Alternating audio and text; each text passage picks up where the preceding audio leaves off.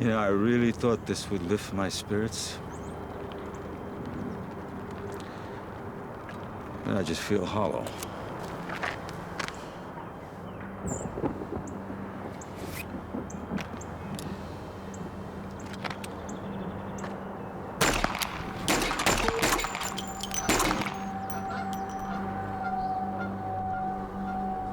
Nothing. I don't feel any better.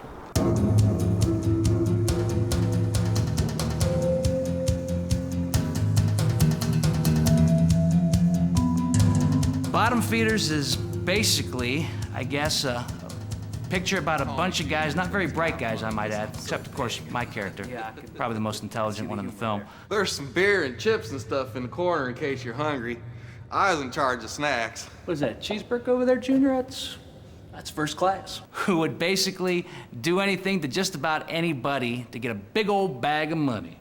You see, Henry, us Duncans don't let trivial things like family ties get in the way of scrounging up some cash. I mean, you mix up a bunch of Duncans with a big old bag of money, you got yourself a feeding frenzy. All right, everybody on the ground now! It's part caper film, part black comedy, kind of a cross between Fargo and Deliverance. What's that, Grandpa? Honey, that's just somebody learning their lesson. Bottom Feeders was a pretty ambitious project for an independent film. For one thing, we had a big cast, a lot of speaking parts that we needed to fill. Good, let's commence the eating now. We had a lot of locations all over central Ohio. We tried to give the film a really rich look, as rich as our budget would allow. So that means a lot of big equipment, and you need a big crew to move that equipment around. All the money in the wallets go and rob his big sack, which I take to my brother Ronnie, who's in the cars out back. It requires a lot of editing, a lot of sound effects editing, mixing and scoring. It really does require literally tens of thousands of hours of labor to make a movie if you want to do it right. Will that be hourly or all night, Mr. Pilgrim? I called my character Wanda because I was to play a manager of a sleazy motel. They said I was a love-starved manager of a sleazy motel, so that means any man who came my way who had at least a few teeth in his head, I was after. Will you be needing any personalized room service? So I thought, what kind of a woman would wear bright red nail polish, have her bra strap hanging out, big earrings, and lick her lips every time a man came by who was breathing, and for some reason, Wanda popped in my mind. Your room's got phones? No phones. We got cable TV, though. You can get all the adult channels. Well, that's just peachy. Plank McCall, that's my character. Basically a good guy in a bad situation. Tries to stay out of trouble, but it always seems to have a knack to catch up to him no matter where he goes. This him? Yes, sir. This here's Plank McCall. He's the man. Pleased to meet you. A little rough around the edges, and despite the fact that he gets involved in some pretty dark and sinister things, I think you're gonna end up rooting for this guy before it's all said and done. I'm just trying to move a couple notches up on the food chain is all. This was the second movie I've been lucky enough to be in. The first one was Kingpin, and that was a major motion picture with Woody Harrelson, Randy Quaid, and Bill Murray.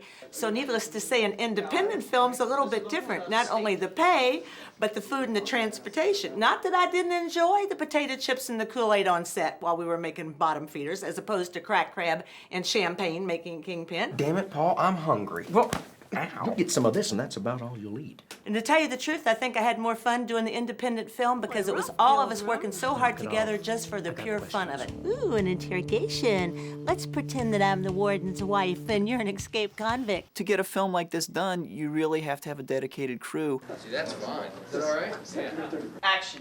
And you have to find people who aren't in it for the money, because there is none, and that they just love the process of filmmaking. They want to be a part of making a good film. Cut. Bravo. Nice. Shooting Bottom Feeders was, to be honest with you, kind of grueling. We would shoot at night mostly, but then of course I work at Sunday 95 hosting the morning show, so I'd have to be at work at 5:30 in the morning during the day. Speeds and action. Cut. 2 takes like that.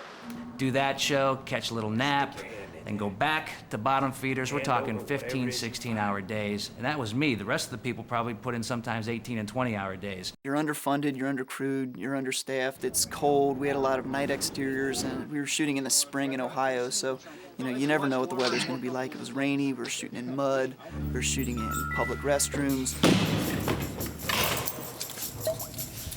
It was grueling, but I gotta tell you, I can't recall a time when I've enjoyed myself more. Doing both gigs at the same time was really a blast. It was a hoot. And if I had a chance to do it again, I'd reconsider it. Hit him again, Henry, harder! Hit him! When you finally get the film finished and you get to sit down and share it with an audience and you see all of this work that went into it, and it's loud and it's up on screen and it's bigger than life, and you see the audience react to it and enjoy it. That's very rewarding. I know that everybody involved with Bottom Feeders is really looking forward to the chance that we're going to have at the Lenox to share the movie with Columbus. We're very proud of the film that we made, and even though it was tough getting here, I can't wait to do it all over again. Cross your feet. I've got one nail left. Careful what you wish for, silly little fish, or you may not survive. Can't you see? You're all that you were meant to be. Why go on resisting how you are existing? At least you're alive.